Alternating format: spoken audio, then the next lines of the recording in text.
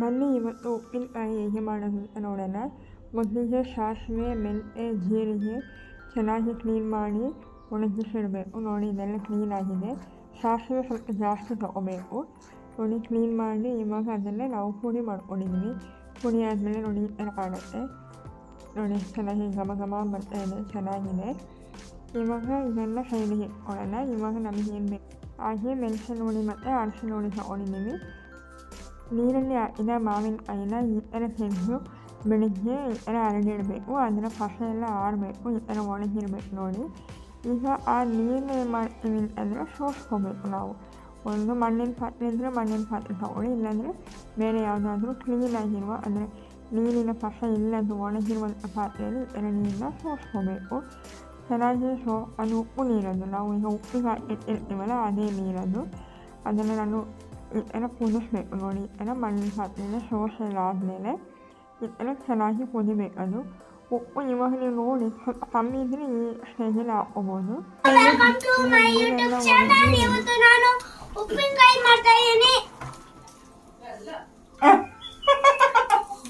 ಕಡಿಮೆ ಕಲ್ಲಲ್ಲಿ ಸ್ವಲ್ಪ ಕಸ ಇರಬಾರ್ದು. ಆಮೇಲೆ ಈ ಥರ ಉಪ್ಪು ನೀರಲ್ಲಿ ಸ್ವಲ್ಪ ತಿಳ್ಕೊಬೇಕು. ಉಪ್ಪು ನೀರು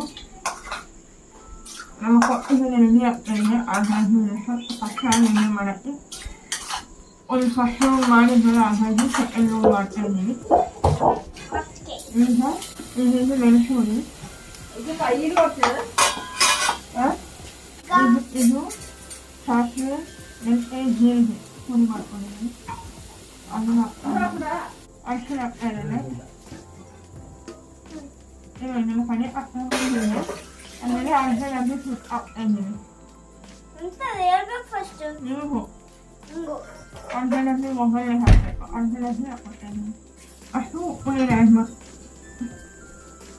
ಸ್ವಲ್ಪ ಇದು ಜಾಸ್ತಿ ಇತ್ತು, ಅದೇ ಸ್ವಲ್ಪ ಕಷ್ಟ ಆಗುತ್ತೆ. ಪುಡಿ ಆಗಿದೆ ಆದ್ಮೇಲೆ ಇದಕ್ಕೆ ಕಡಿವಾಗ ನಾವು ಕುದಿಸಿ ಆರಿಸಿ ಉಪ್ಪು ನೀರನ್ನೇ ಸೇರಿಸ್ಕೋಬೇಕು. ಬೇರೆ ಕಳ್ಳೆಯನ್ನೆಲ್ಲ ಆ್ಯಡ್ ಮಾಡುವಾಗಿಲ್ಲ.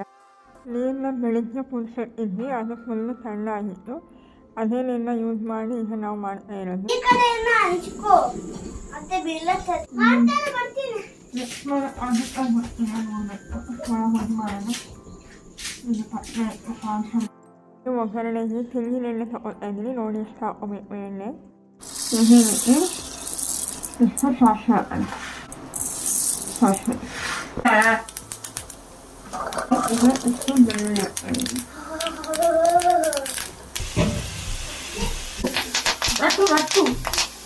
ಇಲ್ಲಿ ಮಾಡಿ ಅಂದರೆ ಅದು ಮಾಡಿ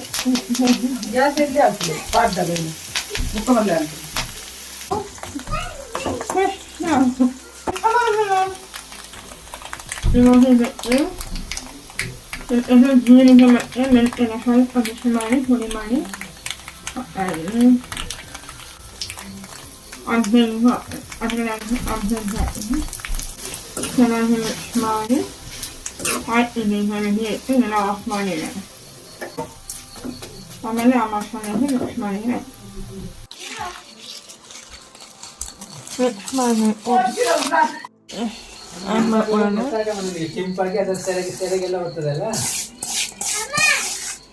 ಇದನ್ನೆಲ್ಲ ತೆಗೆದು ಮಸಾಲೆ ಮಿಕ್ಸ್ ಮಾಡಿ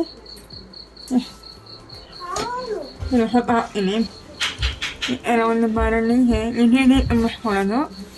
ಬೇಕಾದಾಗ ಕಟ್ ಮಾಡ್ಕೊಳ್ಳೋದು.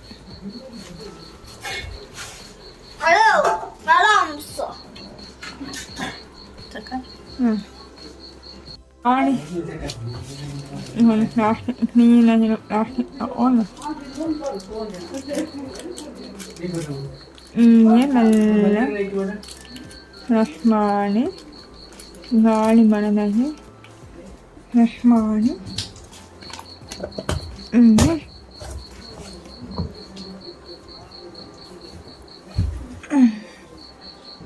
ಇದನ್ನು ಹೊರಟಿದ್ದೀನಿ.